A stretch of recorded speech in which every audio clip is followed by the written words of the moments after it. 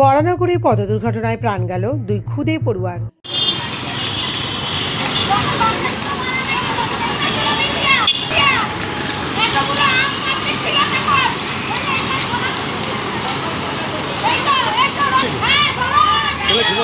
শনিবার সাত সকালেই ঘটে গেল মর্মান্তিক পথ দুর্ঘটনা।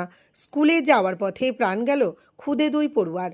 বরানগরের অনন্য সিনেমা হল সংলগ্ন বিটি রোডে ঘটে এই দুর্ঘটনা। পুলিশ ও স্থানীয় সূত্রে জানা গিয়েছে, প্রতিদিনের মতোই এদিন সকালে কলকাতার আর্মহার্স্ট্রিট থানা এলাকার বাসিন্দা অভিষেক সাউ তার দুই সন্তান, মেয়ে আরাধ্যা সাউ ও ছেলে আরব সাউকে নিয়ে স্কুটিতে চাপিয়ে ডাল্লবে খালসা মডেল স্কুলে যাচ্ছিলেন। অভিযোগ, রাস্তার ধারে স্টোন চিপস ফেলে রাখা ছিল। সেই স্টোন চিপস এড়িয়ে যাওয়ার চেষ্টা করতে গিয়ে স্কুটিটি নিয়ন্ত্রণ হারায়। সেই সময় উল্টো দিক থেকে আসা একটি বেপরোয়া ট্রাকের সঙ্গে স্কুটির মুখোমুখি সংঘর্ষ হয়।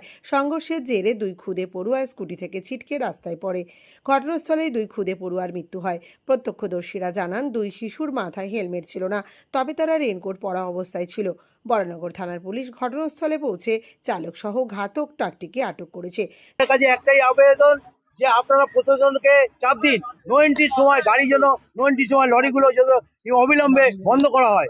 এটা যদি আপনারা বন্ধ না করতে পারেন, আগামী দিনে আরো এরকম অ্যাক্সিডেন্ট দীর্ঘদিন ধরে দেখতে আমরা পাবো।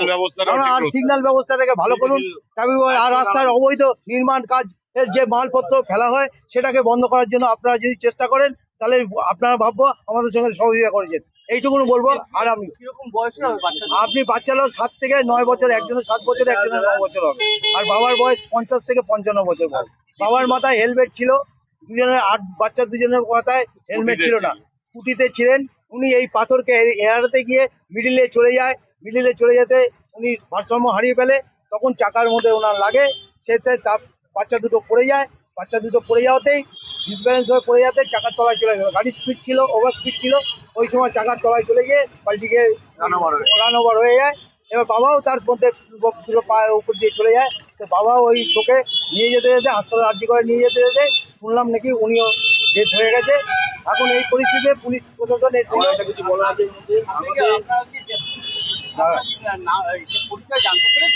পরিচয় আমরা এখনো জানতে পারিনি, ওরা দিয়ে গেছে, প্রশাসন নিয়ে চলে গেছে, বাড়ির লোকের সঙ্গে যোগাযোগ করেছে। এবার তারা এখনো আমাদের কাছে এই খবরটা আসেনি, রিকভারি করেছে পুলিশ প্রশাসন, ওরা নিয়ে গেছে, ওরা ব্যবস্থা করছে।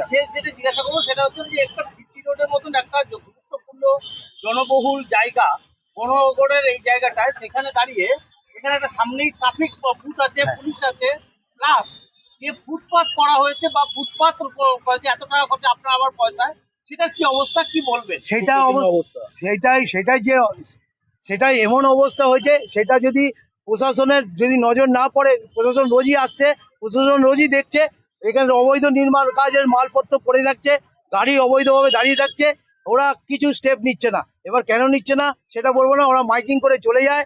এবার যথারীতি যেই জিনিস আবার যথারীতি একদিন পরে তারপর একই রকম হয়ে যায়। সেটা দেখার জন্য আমি জানি না প্রশাসন কর্তার কাছে খবর যায় কিনা, প্রশাসনের এখানে লোকাল লোকের নেতা যারা পুলিশ ব্যবস্থা তারা সেইভাবে চালায় কিনা আমি সেটা জানি না। এটা আপনারা যদি মিডিয়ার পক্ষ থেকে দেখিয়ে ওদের টনকে নড়াতে পারেন, তাহলে আমরা খুশি হব, আমরা বুঝবো যে আপনারা আমাদের জন্য হেল্প করেছেন। এই যে খবরটা নিতে এসেছেন, প্রতিবাদের আওয়াজটা যাতে সবাই, আমরা মানুষ সবাই প্রতিবাদ করি। আমরা চাই না কারো জীবন, ঘরের সংসারে আজকে এই পরিবারের 3টে সন্তান চলে গেল, অজরে চলে গেল। তা আমাদের কোনো, আমরা আজকে মনে করবো কারো সেই জীবনটা সারা জীবন ওরা ভোগ করবে। আমরা চাই না কারো এই পরবর্তীকালে কারো জীবন এইভাবে চলে যায়। এই জন্য আপনি বলবো, আপনারা প্রশাসনের কাছে আমাদের খবরটা পৌঁছে দিন, যে মানুষদেরকে পরিষেবা দিন। মুখে বললে হবে না, পরিষেবা দিন, কাজ করুন, অবৈধ নির্মাণকে বন্ধ করুন, আর অবৈধ গাড়িগুলোকে নো এন্ট্রির সময় গাড়িগুলোকে প্রবেশ করতে বারণ করুন। এইটা আমাদের মেন। এই আর প্রশাসন যেন পয়সার দৌড়াতে মুখ চাপা দিয়ে না থাকে, এইটা সবার আগে। যদিও রাজ্যের পরিবহন মন্ত্রী বেপরোয়া যান চলাচল নিয়ন্ত্রণে ব্যবস্থা গ্রহণ করতে চলেছেন। এদিন জগদ্দলের মজদুর ভবনে সাংবাদিকদের তিনি জানান, স্বয়ংক্রিয় সিসিটিভি ক্যামেরার মাধ্যমে যানবাহনের গতিবিধির নজরদারি করা হবে। তাছাড়া বেপরোয়া যান চলাচল নিয়ন্ত্রণে এআই প্রযুক্তি খুব শীঘ্রই চালু করা হচ্ছে। মদ্যপ অবস্থায় কিংবা রেষারেষি করে গাড়ি চালালে এআই প্রযুক্তির মাধ্যমে তা শনাক্তকরণ করা যাবে। আইন আছে, প্রয়োগ বা তাকে যারা মাইক্রো লেভেলে অবজারভেশন করবে তাদের অভাব আছে। তো সেটা আমরা আরো কঠোরতম যেরকম CCTV camera, AI generated system develop করছি আমরা। হাই স্পিড হলে সঙ্গে সঙ্গে ওখানে অ্যালার্ম আসবে, তখন তাকে ই করা যাবে। এতে কি দুর্ঘটনা কমবে? সবার কমবে। মানুষের দেখুন, ভয় না থাকে যে আমার ফাইন হবে, আমার জেল হবে, তখন তো নিরঙ্কুশ হয়ে যাবে, সব যা ইচ্ছা তাই করবে। এতে র্যাশ ড্রাইভে কতটা গতি আনা যাবে, গতি রোধ করা যাবে? রোধ হবে এআই প্রযুক্তি চালু হওয়ার পরে, যেটা আমরা খুব শীঘ্রই লঞ্চ করছি। আমার মনে হচ্ছে অনেকটা কন্ট্রোল। ঠিক।